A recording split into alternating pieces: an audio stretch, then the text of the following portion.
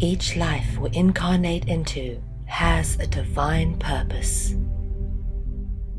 For the majority of people on this planet, their purpose has eluded them. We have become so distracted with the struggle to survive that we have forgotten what we are here to do. In alignment with the sacred laws of nature, the ultimate purpose of all existence is to create and evolve. We certainly do not incarnate into life with the intention to destroy. And yet, we have come to live in a very destructive world. As a result, there are many out there who feel lost or adrift, whilst knowing deep down inside that something is very wrong with their reality. Many people wish they could do something of value, anything that is purposeful, instead of having to submit to a system of slavery in order to survive. It is important never to let go of that feeling. That is your soul crying out to you, telling you that your life has value and that you do indeed have a purpose. The most important thing you can do in life is to recognize your purpose, and often that requires a lot of soul searching. Life indeed dishes out some pretty tough challenges, which will either move you closer towards your purpose path, or will give you great training for when you finally realize what it is that you came here to do. But more often than not, the very clues about your life's purpose are hidden in plain sight, woven into the very fabric of our existence. But we are so easily distracted by irrelevant details that don't really matter, that often we miss the very obvious right in front of us. It is because of our willful ignorance of anything that does not fit our preconceived ideas that the truth about the nature of our reality is so readily hidden in plain sight.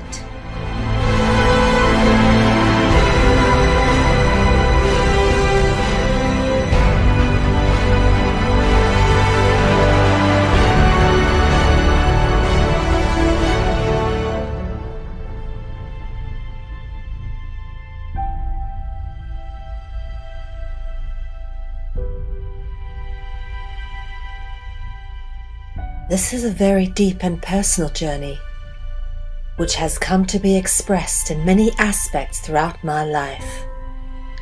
This is not just an attempt to retell a bunch of research and pass it off as my own, for I am very grateful and openly acknowledge all the many wonderful people that I have been given the opportunity to work with and to learn from in order to get to the point where I've come to know what I now know. This is a journey I was always destined to go on, and likewise, how I have come to know this information forms as much a part of the story as the information itself. You're live. Hello, good evening, good morning, good afternoon to everybody all over the world, wherever you may be. This is Conscious Consumer Network Live, and my name is Mel V. And if you tuned in at this time, that means you're tuned in for Dragonology. This is season 2, and we've been making a steady pace through this particular season of Dragonology, and we're going to do the same tonight, much more picked up pace than season 1. And yeah, it's been an interesting season so far. So settle in if you haven't done so already, and myself and my princess here will take you through the episode 6 of this particular season of Dragonology. Okay, just to do a little bit of what I call an all-encompasser. So for anybody who happens to be tuning into Dragonology for the first time, you can kind of get an idea of where we're going from a realistic starting point. So why do we study Dragonology? Well, basically to understand the nature of our reality through an examination of artifacts, art, architecture, sculpture, culture, religion, ritual, theatre, music, literature, etymology, philology, and symbolism. Through deciphering our reality, we are able to grasp the very draconian nature of it and just how deep-rooted our personal programming is rooted. A course in Dragonology is aimed at deprogramming one from the serpentine matrix. So one of the aspects which I'm going to focus on quite heavily today is, of course, all things pertaining to ritual.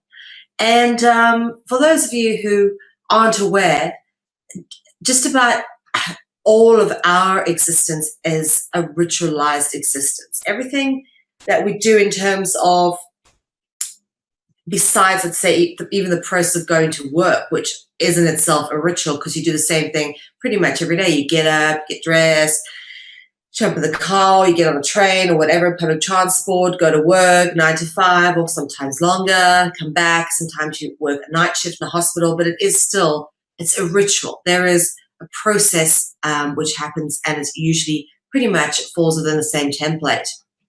Now, the process that happens within the same template is pretty much all the activities pertaining to what I'd call religious holidays, which are ritual holidays. They are ritual celebrations because they happen every single year.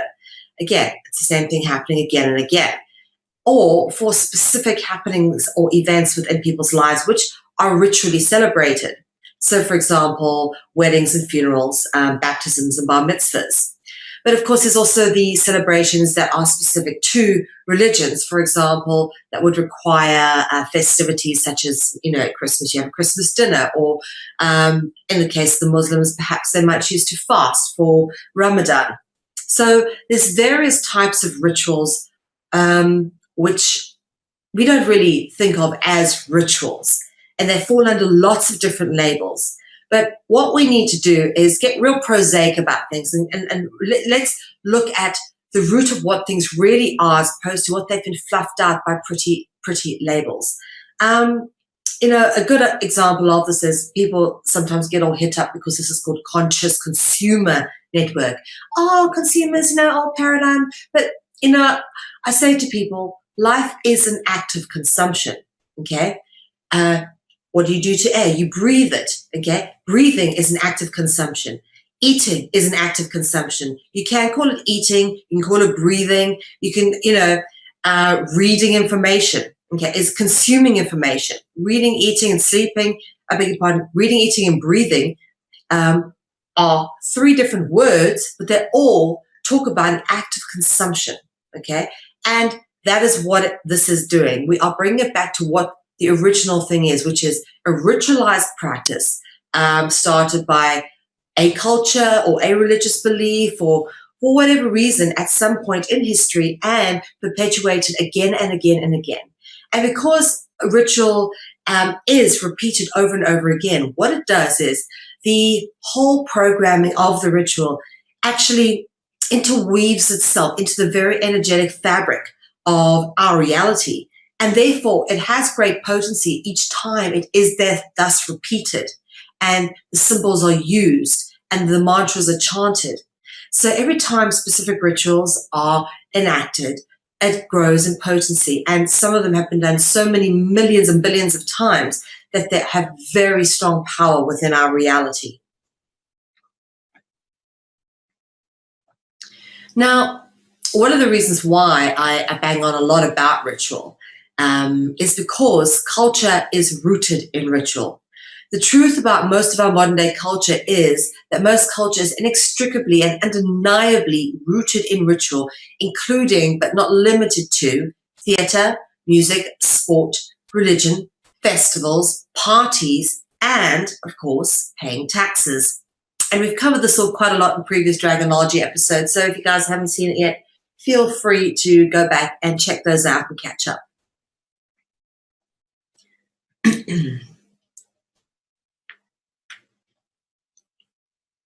All right. Well, the definition of ritual. Okay, let's have a look at what that would be. That which happens at a specific time, at a specific place, for a specific purpose. Okay? So that's as simple as a definition for ritual need be. Anything else, whether you choose to dance around naked, whether you choose to bathe in blood, whether you choose to, sacrifice people, animals, or perhaps even just fruit or vegetables, whatever you choose to do, it's the intent of a specific action at a specific time for a specific purpose at a specific place. That is what defines something as a ritual. Now, what is very interesting to notice is that often with rituals are often accompanied by some kind of offering, all right? Rituals are not purposes. It seems like there's always a few things that turn up within the whole template that applies to rituals, and this applies across the board, okay? And one of the things that is normally turning up in every single ritualized practice is some form of offering. And we get into why the offering in a minute, but the concept of the offering, or the word offer, is actually rooted in the Hebrew word offer with an O-P-H-I-R, which of course is a Hebrew word for gold, okay? Which is very interesting because the word offer actually has the dragon root word ophi, O-P-H-I, which we've covered off quite intensively in many dragonologies. A good example of another word that would contain the serpent root word ophi would be the constellation of Ophiuchus, which of course Ophiuchus being the serpent bearer. We spoke about this quite a lot as well in previous dragonologies, is the concept of the offering of the first fruit. So as part of a ritual practice, sometimes what they do, for example, in spring, when they go and pick the spring fruits, as the first fruits, they would give as an offering to the Lord or God. And I just want to read this here from Proverbs chapter 3, verses 9 and 10. It says, "Honor the Lord with your possessions and with the first fruits of all your increase, so that your barns will be filled with plenty, your vats will overflow with new wine." So what this is a Christianic version of a fertility ritual, or a harvest or a spring festival, okay? But it's been Christianized here in Proverbs, okay? So this is where you find evidence of how Christianity actually is commonly and originally rooted in the pagan religions, because most pagan rituals and festivals were simply rooted in fertility rituals, largely spring rituals, largely harvest rituals. And we'll deal with spring and harvest rituals today. But this is an example of exactly how Christianity is rooted in originally the pagan rituals. And the concept of the first fruit, we go on to talk about that a bit more and extrapolate on that theme. But fruits, and specifically it being the first fruits, for example, like the firstborn child, would be an extension of that theme, and we'll cover that off in a minute.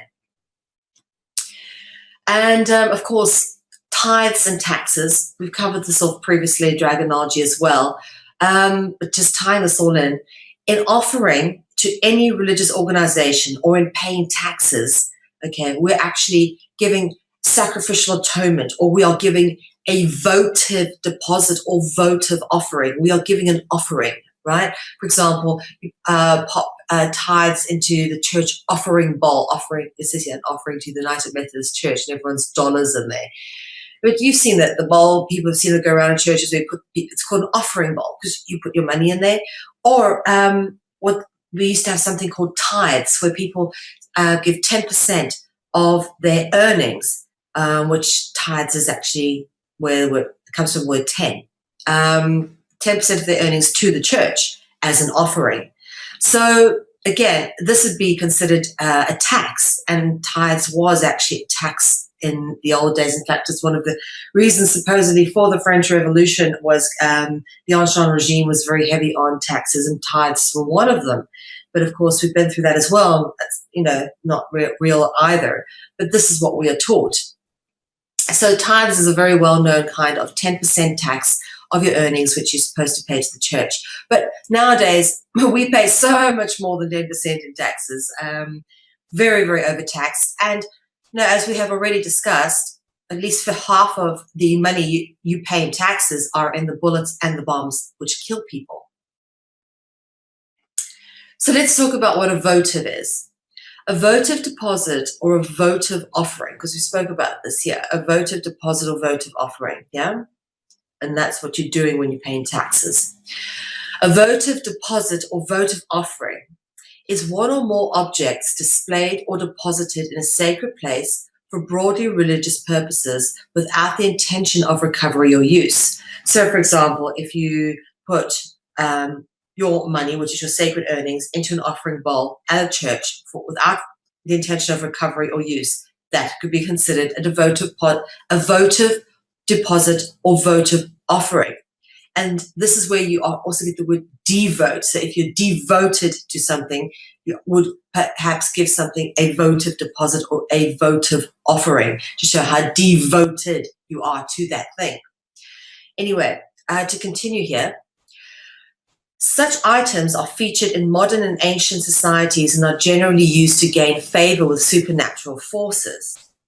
Now, when people performed rituals, one of the reasons why they would, give the first fruits, or perhaps why they ended up giving tithes and stuff, is because they wanted to gain favor with God, or whatever deity it was they were trying to gain favor with.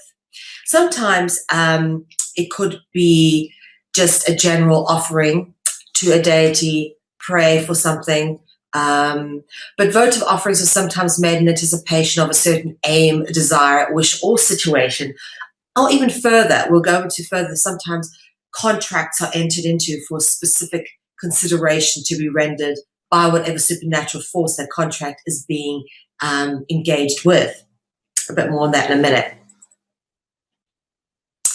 But just to give you an idea of a sort of a non-monetary votive offering, okay, this is actually, if you look up a votive offering, you'll go to Wikipedia and you'll find this very, very interesting little piece here. Part of a female face with inlaid eyes, okay, over here. That's considered a votive offering of 4th century Greece.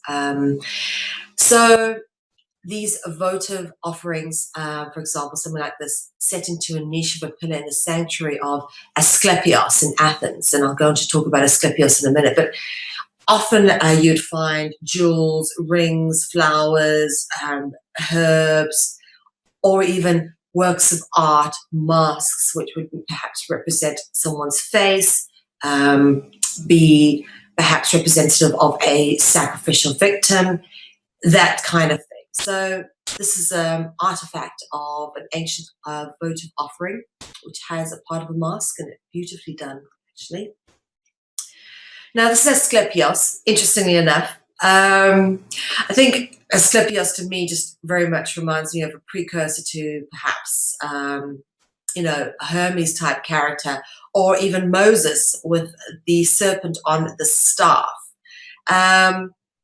Basically, Asclepios is the Greek god of medicine. Very interesting indeed. But we've seen the caduceus around the, the twisting serpents around the caduceus, which is the staff of Hermes, which is also the symbol of medicine. So a lot of themes do tie in here. I want to talk about this word, immolation, because it's not a word that we're commonly taught, but it is a word that I have used once or twice before, and which I suppose does deserve some more attention so that we understand exactly what it is when I use the word immolation going forward. The English word immolation originally referenced the killing of a sacrificial victim.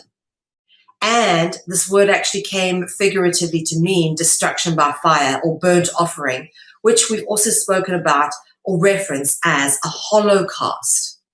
We know that word here in Europe, don't we?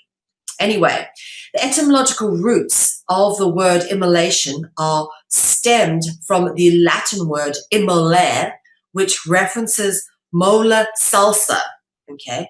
Now, mola is another word for mill in Dutch, for example. We talk about milled pepper. We talk about molen. You get molens to actually mill pepper with, little pepper mills that you grind pepper at the table, for example, or a soap molen, which you can also grind sea salt with.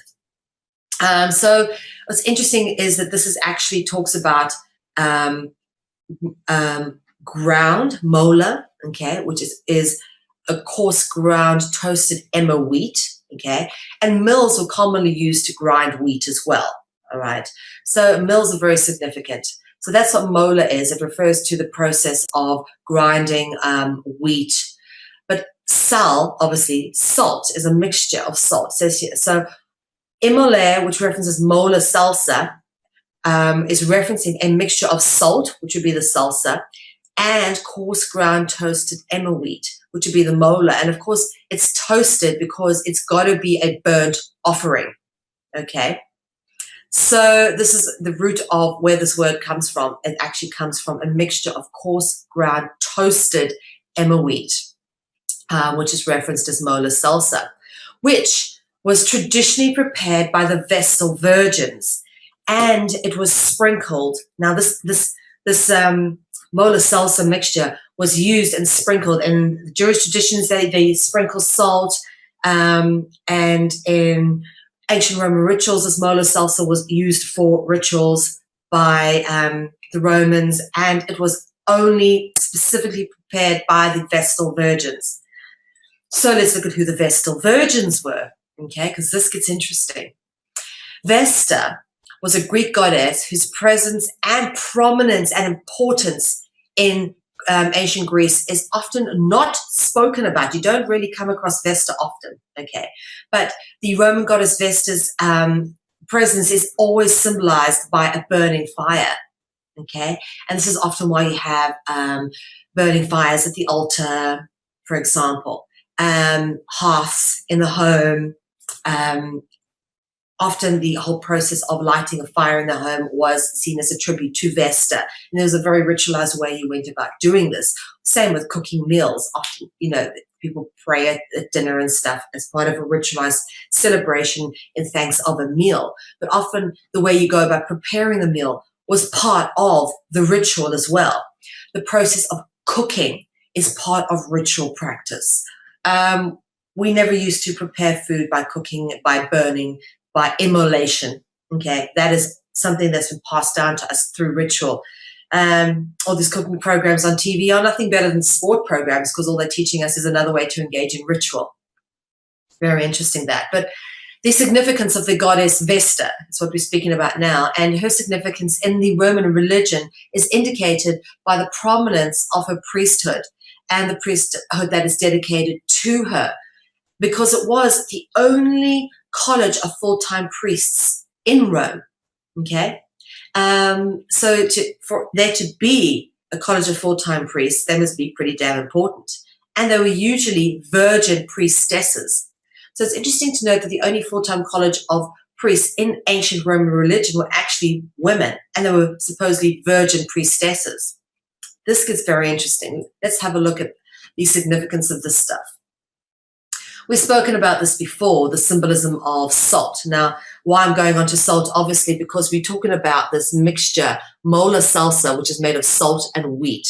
So the themes we're going to be focusing on from here are the salt and the wheat and why they're so significant. Because mola salsa, made by the Vestal virgins, okay, salt is a repeating theme when it comes to dragonology. And of course, we spoke about this previously. Saltus, the word saltus actually is a reference to the female vagina.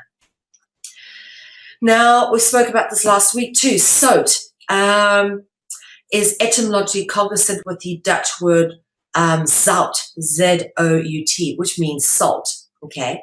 And we'll speak about why soot is important now.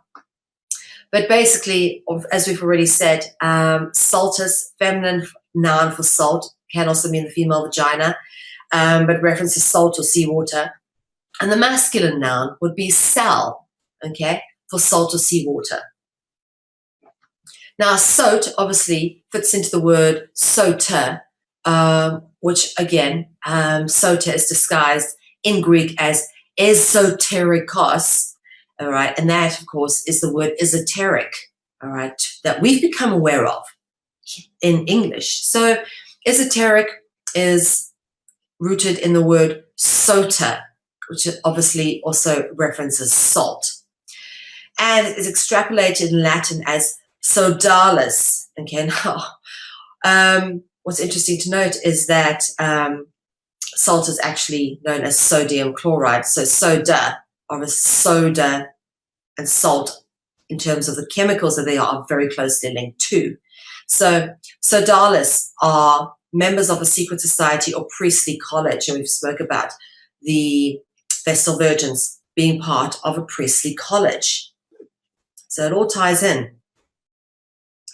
We've spoken about this previously as well, the covenant of salt, all right, which is indicative of the submission of women being the human votive or human sacrifice, or the devoted thing, the devoted human that was devoted to that particular ritual practice, okay? So the covenant of salt, or the salt covenant, is indicative of the woman or human votive, which is ritually celebrated through angelic rape, okay?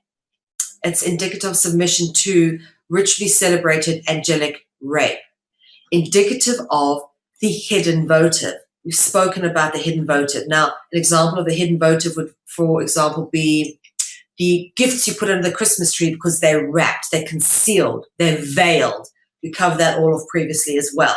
And that is a good example of a hidden votive. Someone has to sacrifice. They have to go out and spend money or do whatever to, or spend time creating that present, which they then give to another. So it is their devotion to the concept of Christmas and engaging in the ritual of the giving and receiving, which again is nothing more than homage to angelic contract. Okay. Now, again, we spoke about the salt and the wheat. Let's touch on the wheat briefly.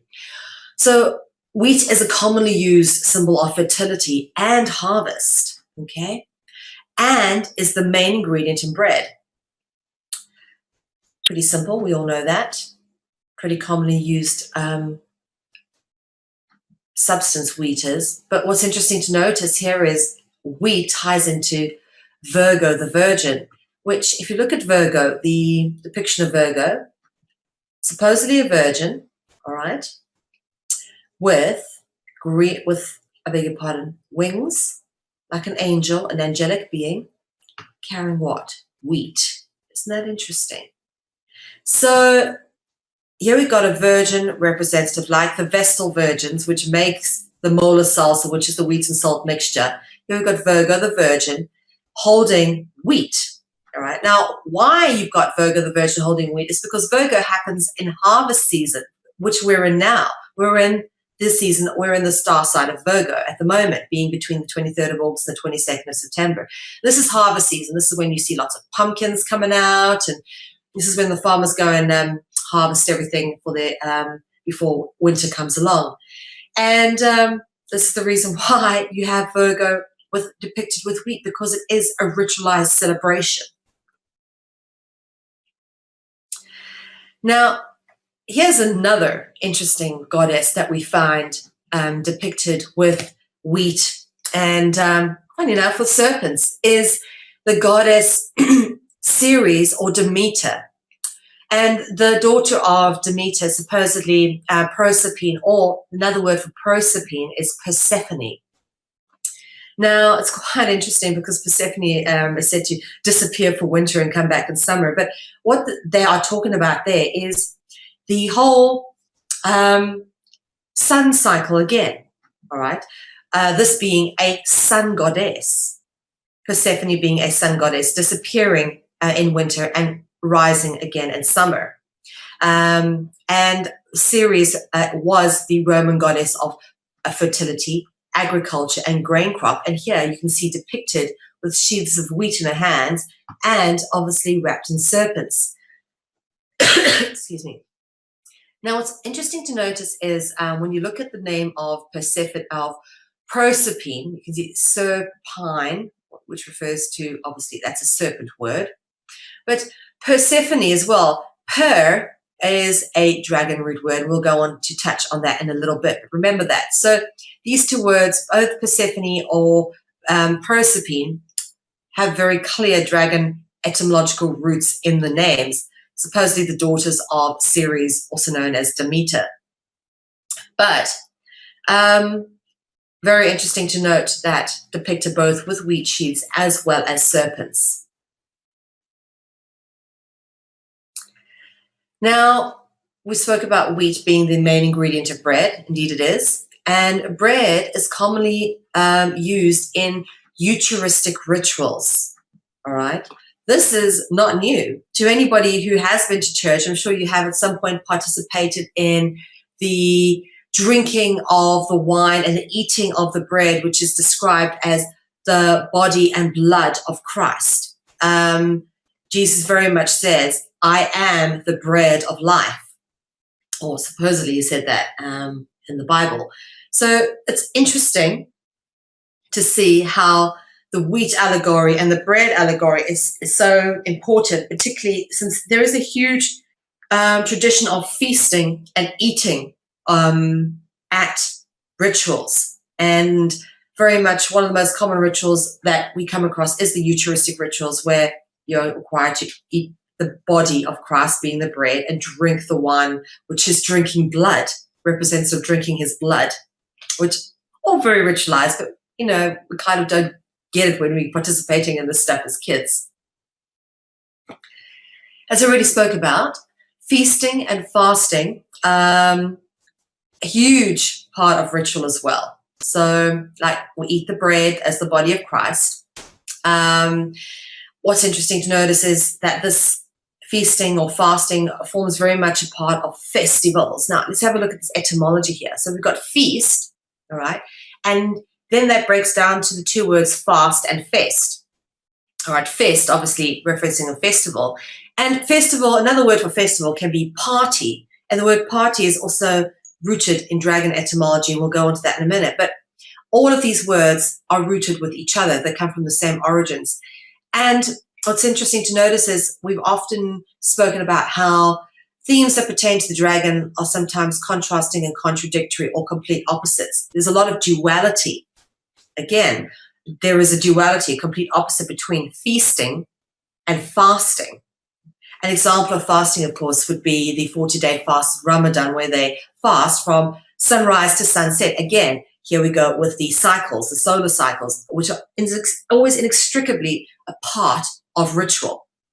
If it's whether we're talking about the daily cycles or even if we're talking about the entire year cycles, the cycles of the sun form a part of ritual. It doesn't matter which religion you're in.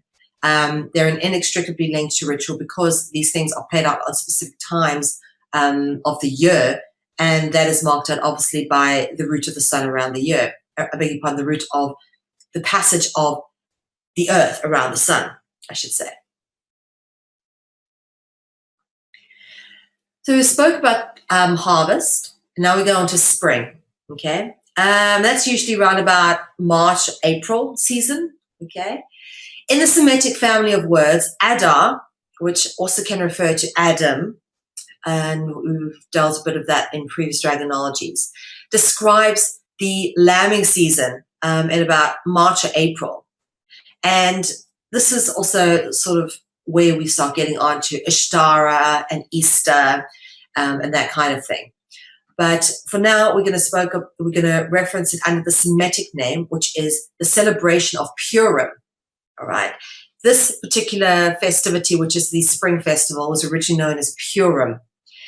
I love this little picture of these spring lamb sacrifice. Very interesting to notice is that flowers are normally put with a sacrifice, as is with funerals. Funerals are nothing but a religious ritual as well. And you notice that flowers are deposited there, much like you have flowers deposited with a wedding, which is also a ritualized practice. You can't really see it in this particular picture, but what's interesting to notice is this particular little lamb has a halo above its head, indicating that this is a votive sacrifice devoted to the veneration of the dragons or the angels, because halos are inextricably linked with depictions of angels. Now let's talk about Purim a little bit. Purim is based on the Greek word interpreted as the drawing of lots. And this goes even further back than we can even imagine, this whole drawing of lots concept. An example of modern day drawing of lots is perhaps you draw straws to see who gets the shortest straw. And the person with the shortest straw supposedly gets to do the dirty work or the work that no one else wants to do. And it's very much the same thing.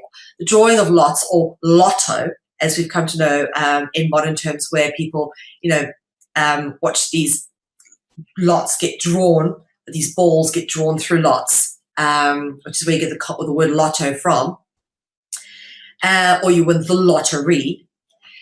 So that's where the word Purim originates from. It's interpreted as the drawing of lots. Now, where this concept of the drawing of lots, lotto, and all of that comes from is way back.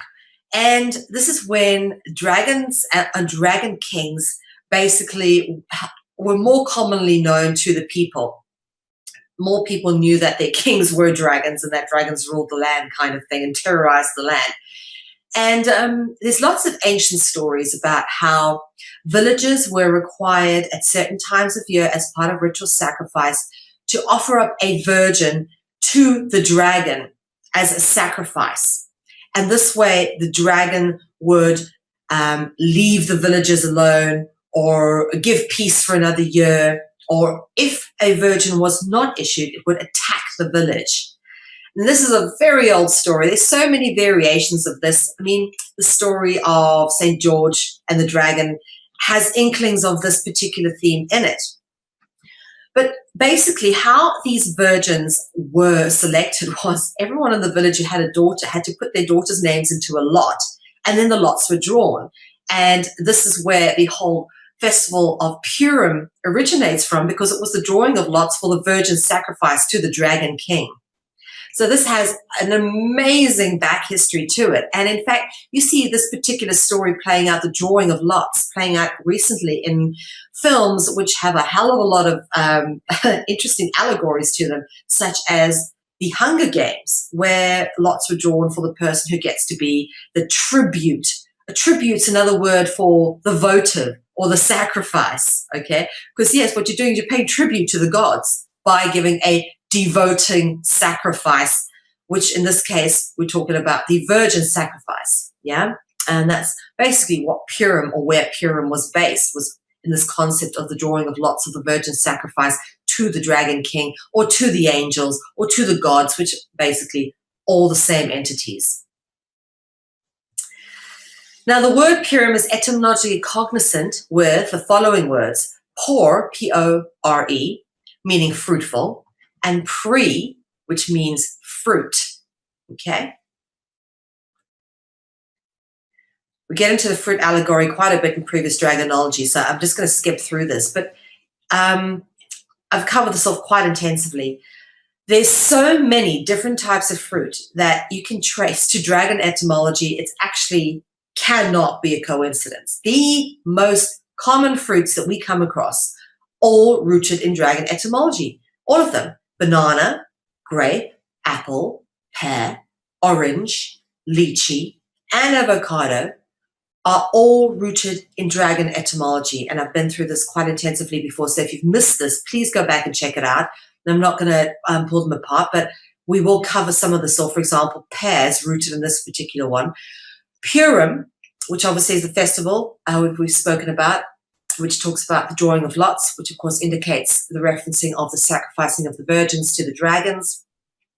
Purim originates with the Akkadian noun Pior. We deal with Pior a lot, all right? We've dealt with Pior a lot in previous dragonologies. The word Pior means serpent or dragon.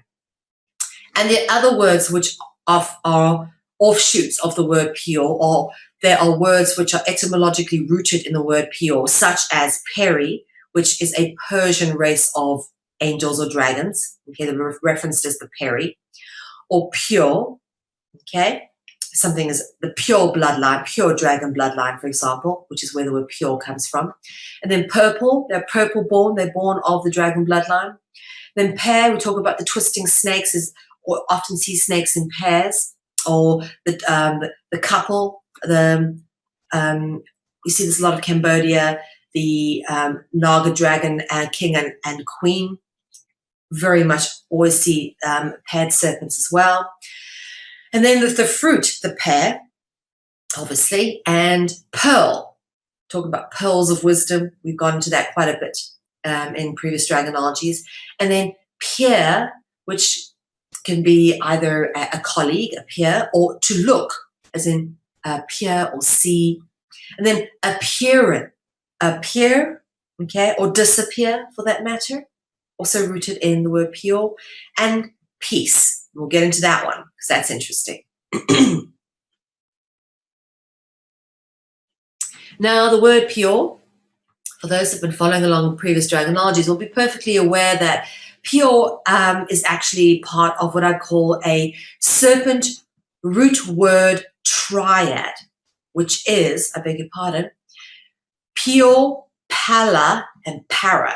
Pala and para sort of stick to pure as part of this little group where you've got some very interesting dragon root words coming out, okay? So pure, pala, and para, and I mark them in purple often because dragon root words are normally marked in purple. These are inextricably linked to the same dragon etymological roots. Here are some of the words that you'll find originating from this particular root triad. I've already covered some of them off. But palace, for example, the word pala is a Sanskrit word for a serpent-like king or deity.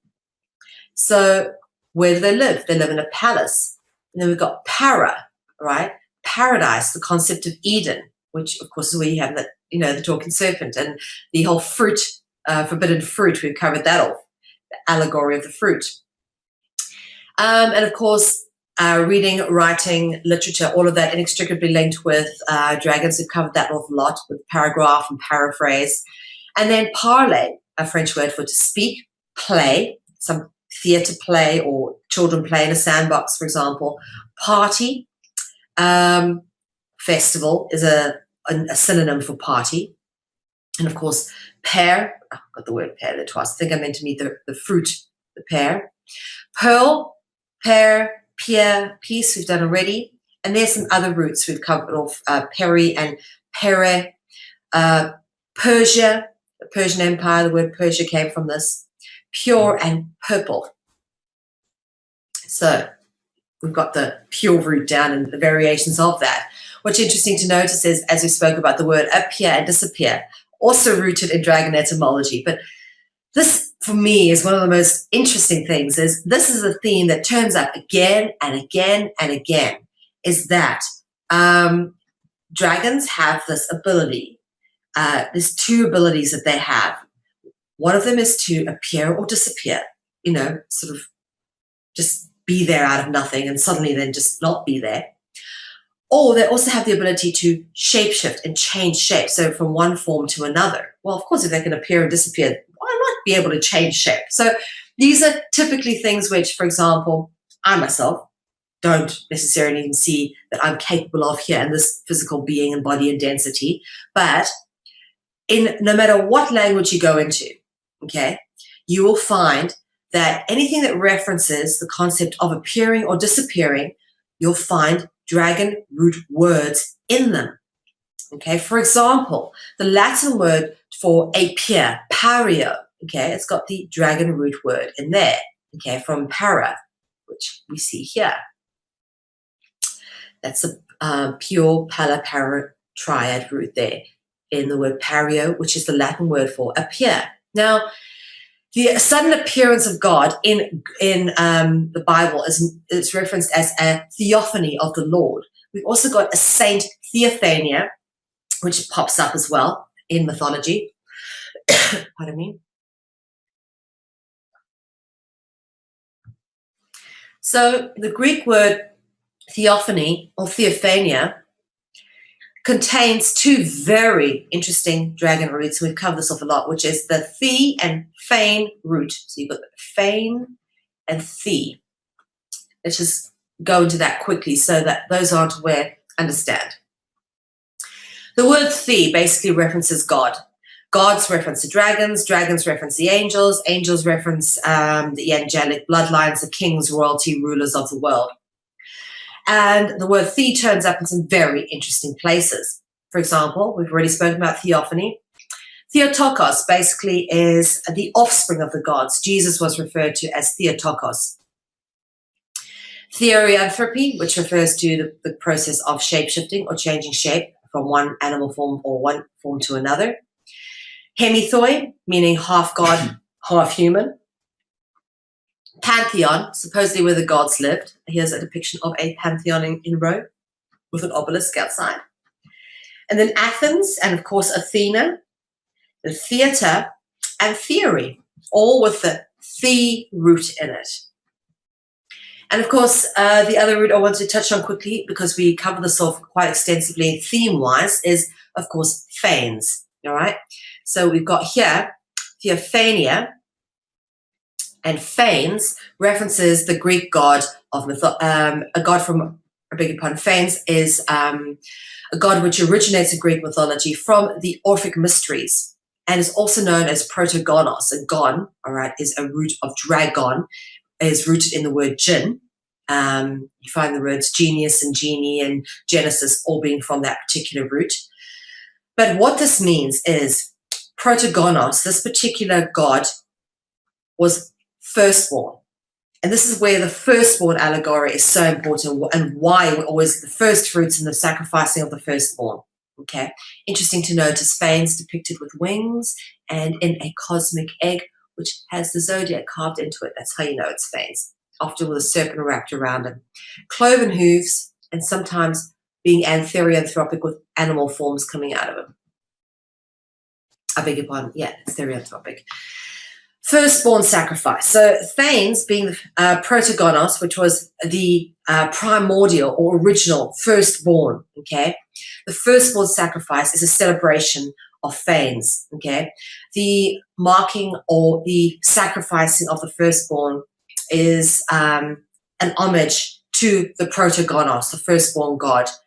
And this is, again, played out in Christianity, or actually it's in the Old Testament, in Judaic literature as well, as the allegorized story of Isaac and Abraham, all right? And you get the story turning up in Islam as well, is the story of the sacrificing of the firstborn, allegorized in the story of Isaac and Abraham.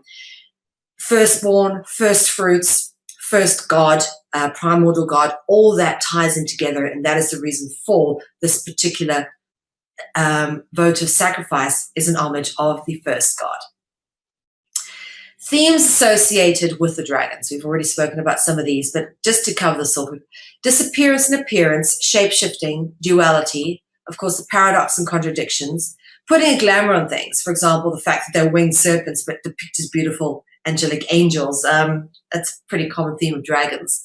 And of course, sacrifice, particularly of the firstborns or the first fruits. That comes up a lot, firstborn and first fruits. And particularly the fruit allegory just plays into absolutely everything. I want to talk about the concept of peace, because we did mention earlier that from the pala parapio root, you also have the word peace, which is interesting because we all think of peace as a state of affairs which we deem desirable for our longevity and sustainability here on earth.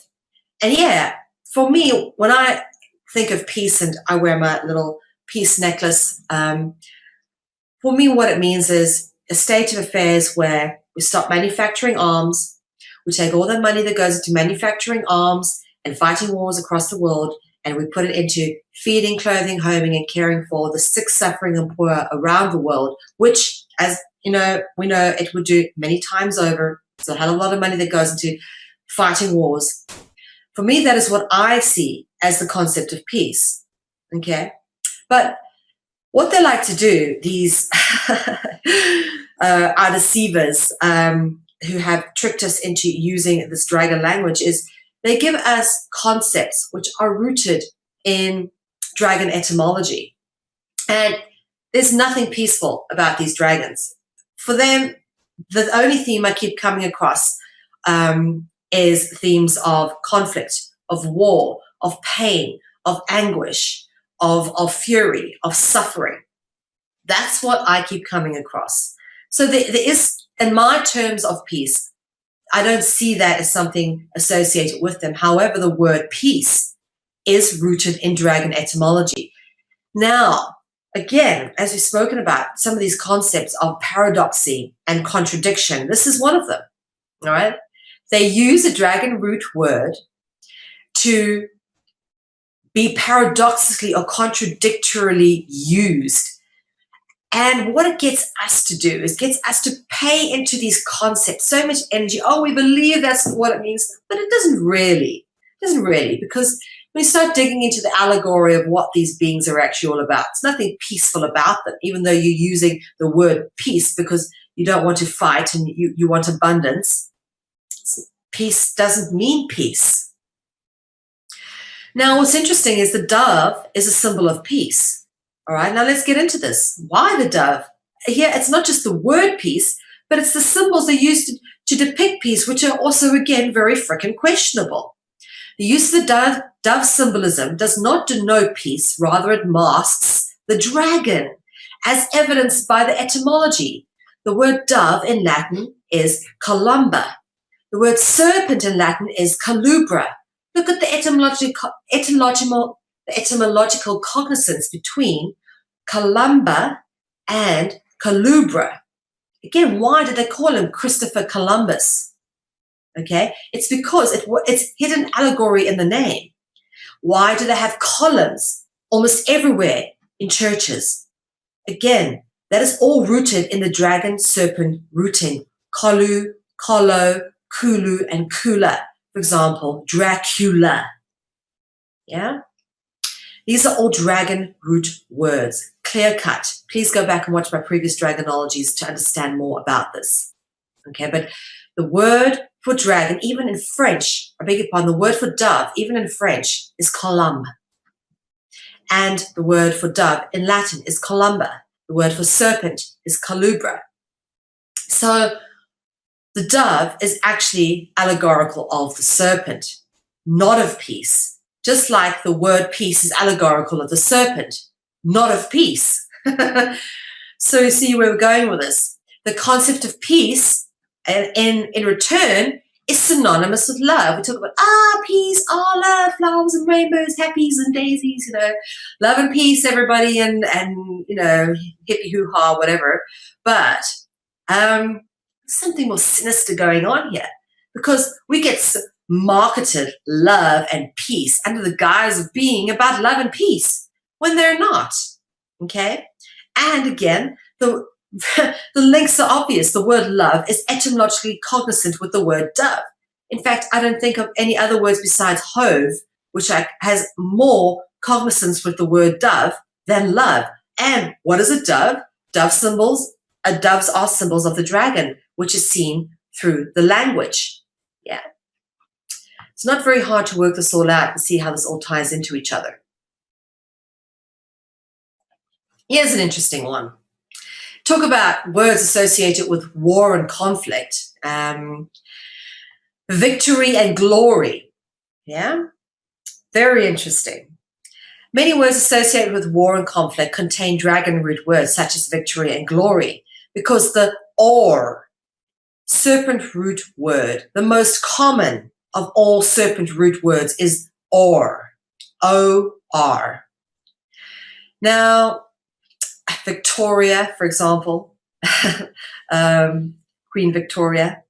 You notice all these names are very interesting. Queen Elizabeth, Lizard Birth. Not an accident. So, history is written by the victors, as Napoleon Bonaparte famously once said. Interesting to see that the victor of the war tells the story. Story. Let's look at story, because story is interesting.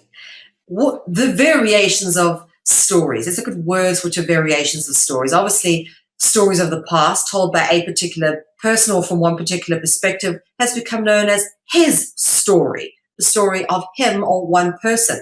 Never her story, because we're living in a patriarchal society largely, but his story, okay? So the story of the past is his story, and sometimes stories of the past are played out in plays, which are performed in theatres. So fairy tales are sometimes performed in theatres too, and fairy tales are sometimes referenced as fables, or they're also known as fantasy. They're also known as parables, okay? Fable and parable, okay, got the same bull in, but fa and fa come from the same root as fairy, fable, and fan. We spoke about the fan from phantom, from fanes.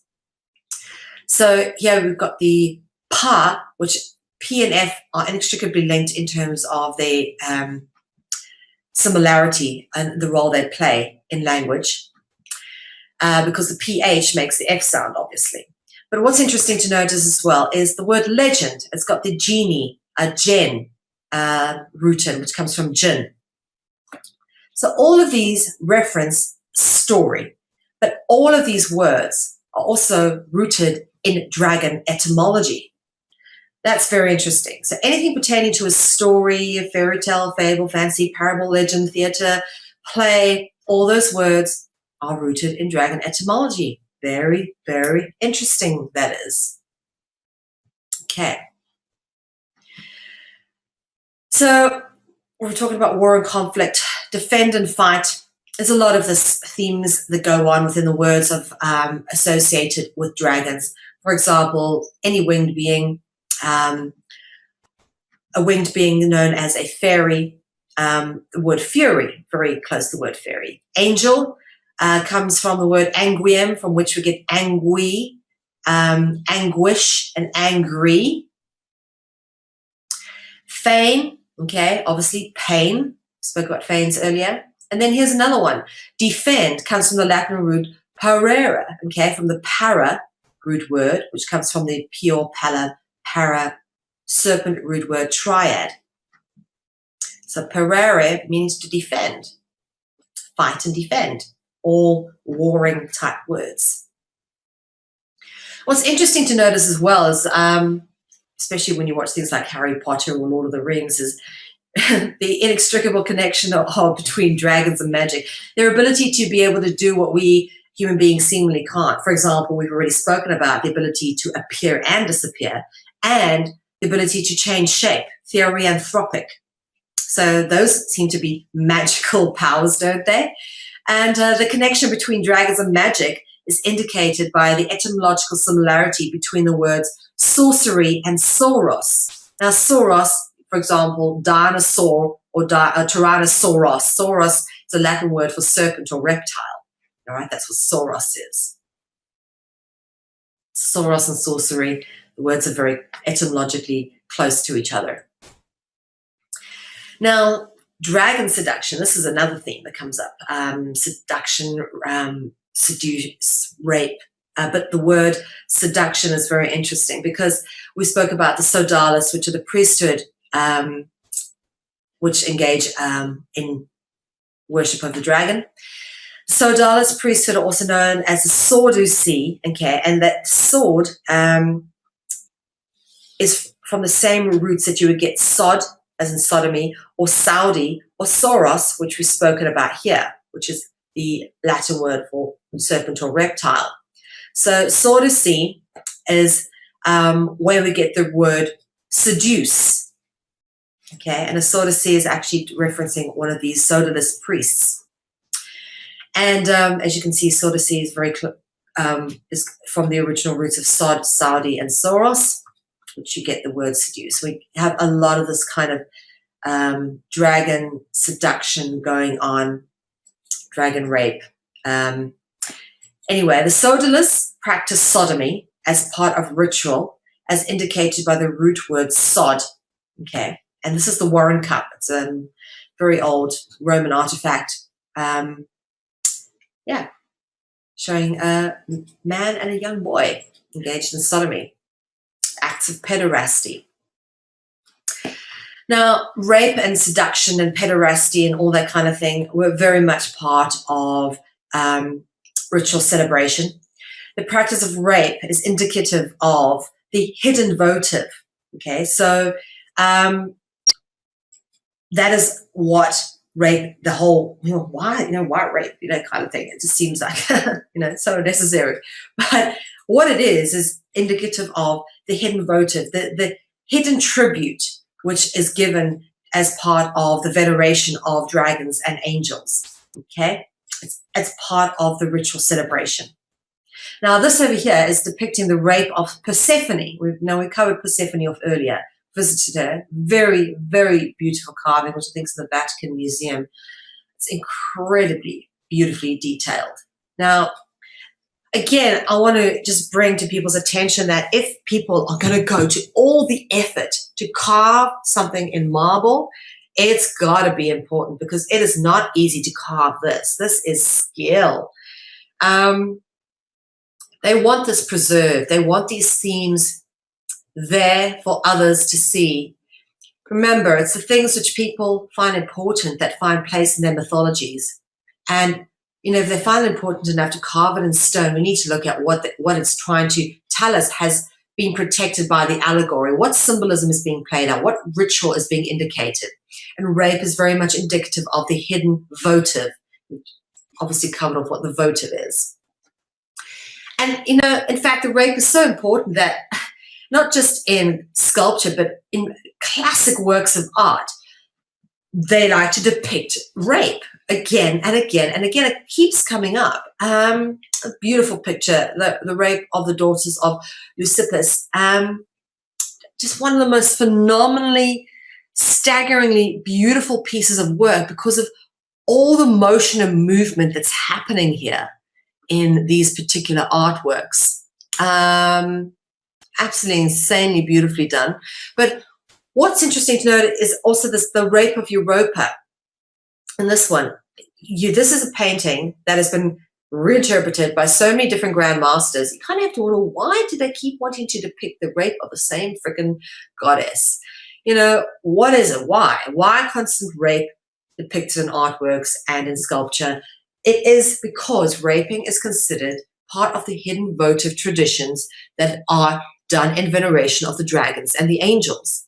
And that's why you have cult ritualized rape, satanic ritual abuse, you want to label it under that, or why they engage in the rape aspect of it. And as well, this is as old as, any celebration, is child sacrifice. Ritual would not be ritual without child sacrifice. It's just inextricably linked. The practice of child sacrifice is as old as culture itself.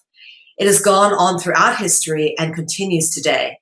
The elites and controllers of our planet practice these rituals, which include feasting on the flesh and blood of the votive. The votive, of course, being these beautiful little babies who have all been killed off for their blood.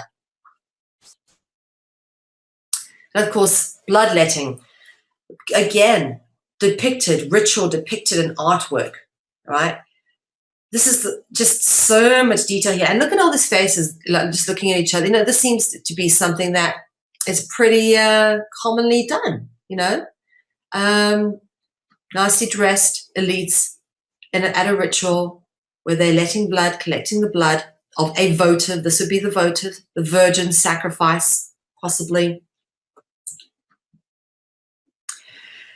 And these are very interesting pictures of ritual that I happened to find on the internet. These three came together. Here we've got possibly a virgin depicted sort of upside down with the serpent coming on around her like that. This is here, we've got what looks like demonic or dragon rape. And again, more sort of like, sexual positions with lots of very interesting symbols around them. Here, upside down. Star, pentagram, serpents, triangles with what looks like eyes in them, very interesting little ciphers on the side here. But this I found to be particularly menacing for some reason, these particular depictions, which is why I thought I would include them. Anyway, now these kind of rituals and stuff that go on are obviously protected by these secret societies, and they protect this whole ritual, rape, votive dedication, covenant of salt, and the fulfillment of the covenant of salt.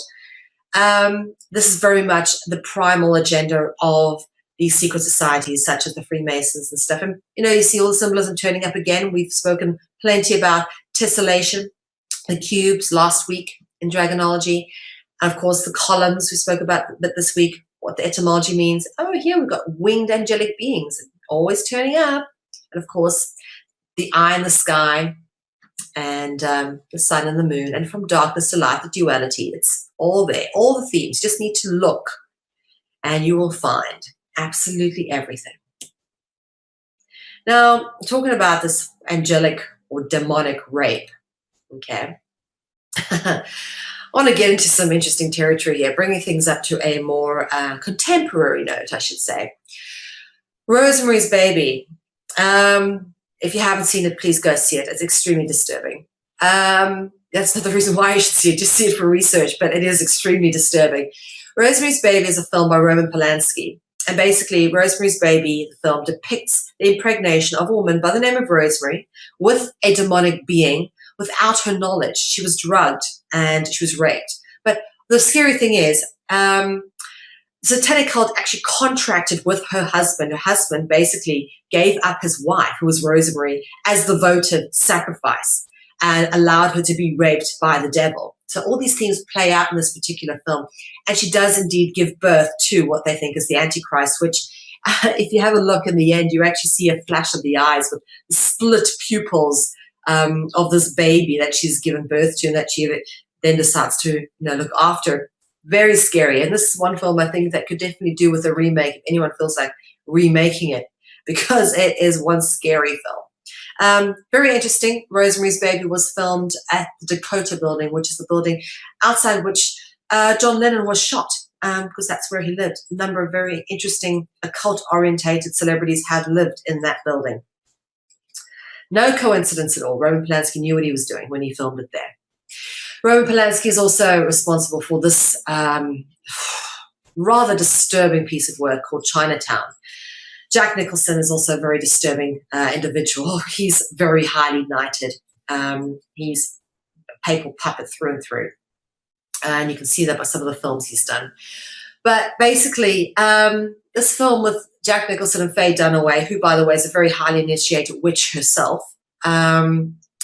So these guys all work together, right? Roman Polanski made this very controversial film. When it was released, it was very, very controversial because of the fact that it played out a very intense storyline, a very blatant storyline of pedophilia and incest being the central theme. And there's a famous scene where Jack Nicholson is slapping Faye Dunaway because he wants the truth. He's going, I want the truth. I want the truth, damn it. And she says, talking about her daughter, saying, she's my daughter, she's my sister, she's my daughter, she's my sister, she's my daughter and my sister, because her father had raped her and the child she had born was actually her father's child, therefore making it technically her sister and her daughter. Very, very, very disturbing film, because in the end, the little daughter ends up with a pedophile character, the person that ended up raping Faye Dunaway to begin with. And you see the father putting his arm around the daughter and rushing him off, and you know exactly what's going to happen in the end to that little girl. It's a very, very sad story, but nonetheless, it's supposedly a cult classic. Rather disturbing, that is. What's interesting to notice is Roman Polanski is not short of controversy, and basically there's been so much filth that's been brought out about this man, and particularly this one person, Samantha Geimer, who said that at 13 she was assaulted by Roman Polanski. Apparently she was drugged and he anally assaulted her, he sodomized her at Jack Nicholson's house. At a party or something, but this is what goes on. Pedophilia is Hollywood's best kept secret. It is the deep, darkest secret of Hollywood. It is what they engage in, pederasty and rape, because it's part of ritualized practice, all in veneration of the angels and dragons. So the story goes, in 1977, director Roman Polanski drugged and anally raped a 13-year-old girl. This is not an allegation. He admitted in court to a judge and jury that he did this. Anyway, he tried to bargain a plea to deal with a reduced sentence, but the judge backed out on the bargain. So Roman fled the country. He fled the US, and he's not allowed to return to the US or he will be arrested. However, that has not stopped him from making film after film after film and remaining a very wealthy man. And this goes to show that Hollywood elite are protected from up on high. Okay, those who engage in these rituals are connected to the darkest devils on the planet.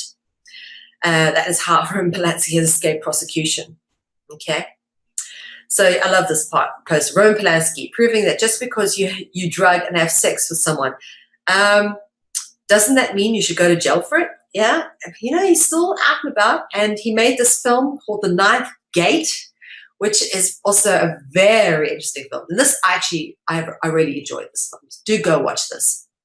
Johnny Depp, Lena Olin, I think it is, as the absolute gorgeous female character. But yeah, the story is basically about how a book collector or someone who procures very rare books or collects very rare books is employed by a very wealthy man to track down a very rare book, which this guy who commissioned Johnny Depp to collect this book, he wants the book so that he can summon Lucifer because it's got some very rare engravings in it.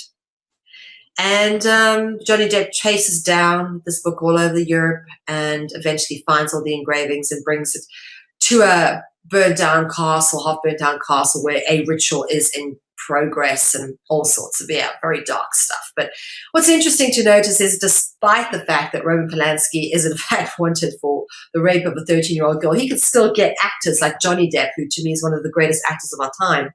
He can get actors like Johnny Depp to be in his film.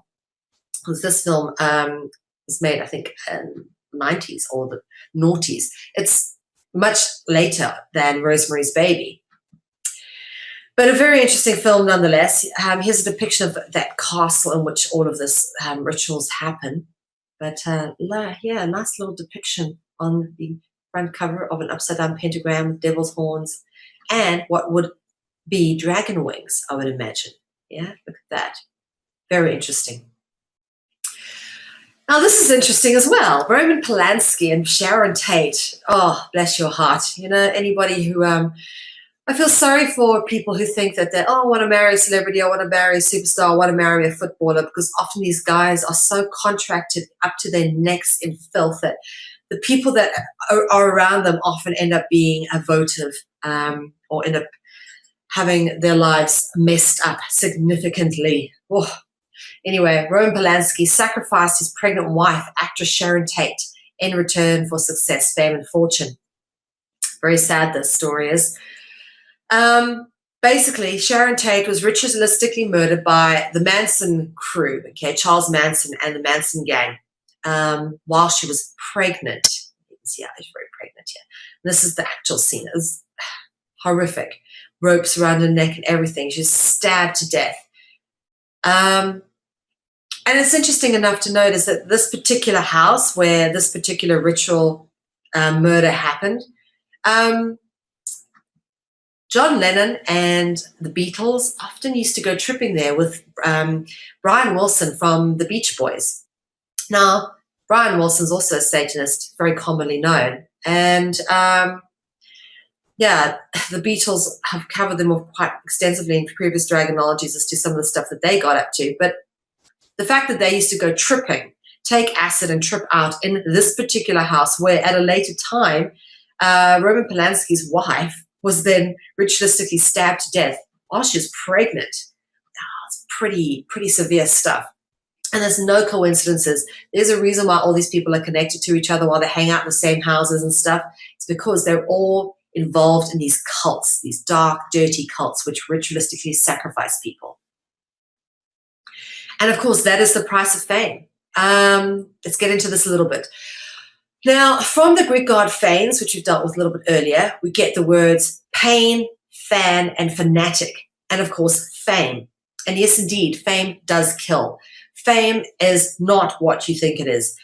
We are sold fame and fortune like it is the thing to aspire to. What is being done to us is we are being given an advertisement to sell our souls.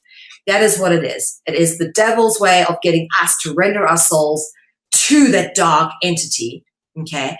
And the product that we get sold is fame, yeah? Be rich and famous if you give me your soul, yeah? Well, let's look at this. Fame. The concept of fame is rooted with the goddess Fema, or Fama, as she is known, depicted here. And we've dealt with the soul contracts as well in previous Dragonologies, but the soul contract concept is very interesting, okay? And in fact, the origin of all contracts, in my opinion, from my research, originates with the concept of the soul contract, okay?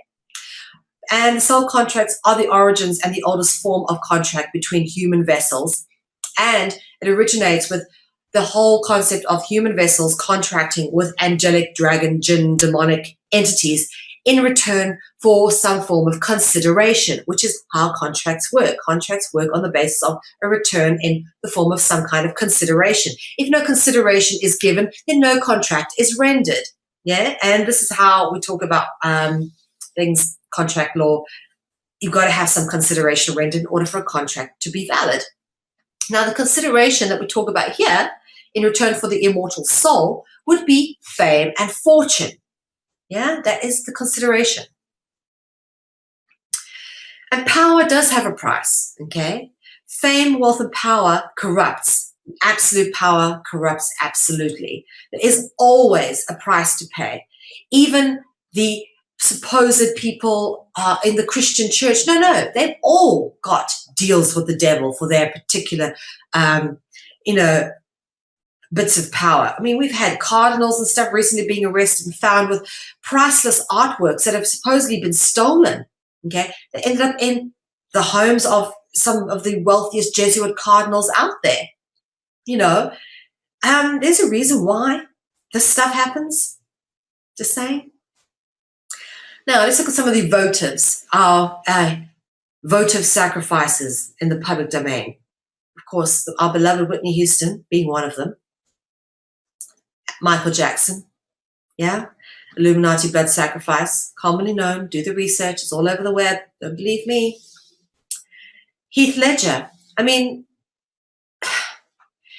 this guy died in the middle of filming Dr. Parnassus' Imaginarium, which you have to watch. I mean, this guy has an all-seeing eye on his head in the film. And there's so much in this film that you just go, what? He died in the middle of this film? Cannot be an accident. It cannot. It's a sacrifice. Of course it is. He is a votive sacrifice. Paul Walker, also Illuminati blood sacrifice. And it's become an epidemic. Why do you want to be famous? We've got some very famous celebrities. Randy Quaid has made over $40 million in the industry. In exile, he's living in exile with his partner in Canada. And his brother, Dennis Quaid, is so heavily in with the Illuminati and the cults of Hollywood, they don't even speak to each other anymore. Okay, they're on opposite ends of the coin.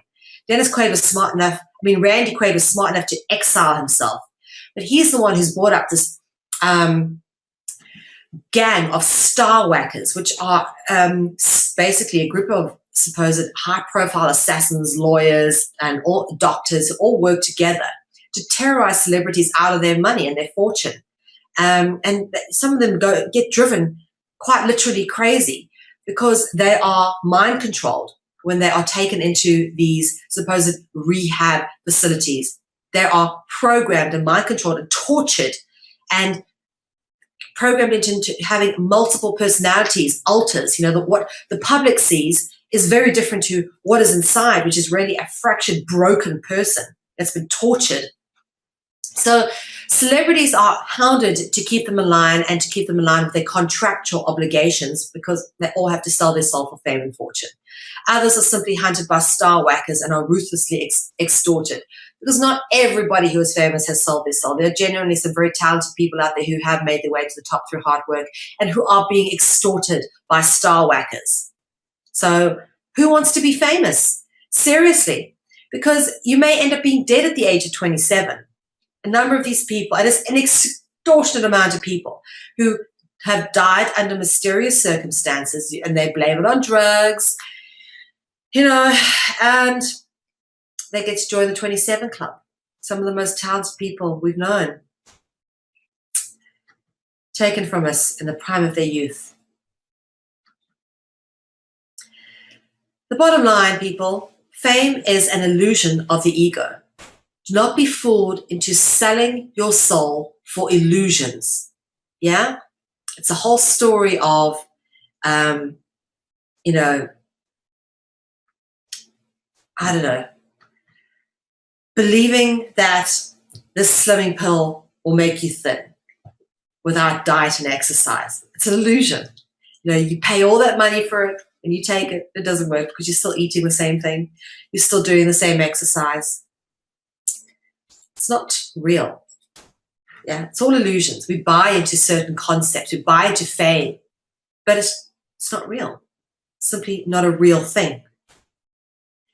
Eckhart Tolle, one of the most profound authors of our time, had a very interesting thing to say about fame. I'd like to read this out to you.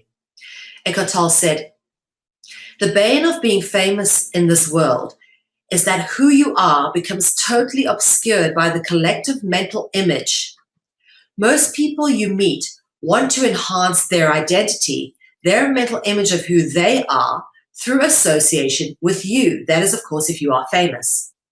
They are looking to complete themselves through you, or rather the mental image they have of you as a famous person, a larger-than-life collective conceptual identity, which is your external locus of identity. It's not really you. The absurd overvaluation of fame is just one of the many manifestations of egoic madness in our world." Tolle quotes Einstein speaking of a grotesque contradiction between what people consider to be my achievements and abilities and the reality of who I am and what I am capable of. Tolle adds, "This is why it is hard for a famous person to be in a genuine relationship with others, not dominated by the ego with its image-making and self-seeking." And if anybody wants to learn a little bit more about why you shouldn't be famous, please go check out my interview I did in my Freedom Central days with Fritz Springmeier, where he talks about how to program a completely undetectable, mind-controlled slave with alters and everything, and how that is done to the people in Hollywood, and how he's actually helped people deprogram from that. And all these people and all these young children out there who perhaps are thinking of, I want to be famous, I want to be an actress, I want to be a singer. Seriously, do some research. You don't want to get involved with that mess. There's far better places for you to put your talents. Seriously, there are. And that's it for us tonight, folks. If you have missed anything, feel free to catch up on all our previous work. Series 1, Season 1 of Dragonology, episodes 1 to 13 are available for you all to view, and as well as episodes 1 through to 5 are all uploaded and available for you to view. And if you would like to view them in high definition, please go to ethymarket.com and you can get all of our CCN archive in high definition there. And at the same time, you can support free and independent media by purchasing and downloading a high definition version of our work. Or you can become a monthly pledger, and for €10 a month, you can get unlimited access to CCN's high definition downloads from ethymarket.com. If you have missed anything or you want to know where any of our other shows are being broadcast, please check out our weekly updated broadcast guide. This is available on the Conscious Consumer Network homepage, which is consciousconsumernetwork.tv. And of course, please support free and independent media by donating to us. And as always, we thank everybody who does continue to support free and independent media. We really do need you to continue pledging to us and supporting us. Otherwise, we will not be able to stay in the air. You own our network. We belong to the public, and we do this because we love you all. And that is it from me tonight. My name is Melvi. It's been great being with you. and I'll see you guys all again next week. Bye for now.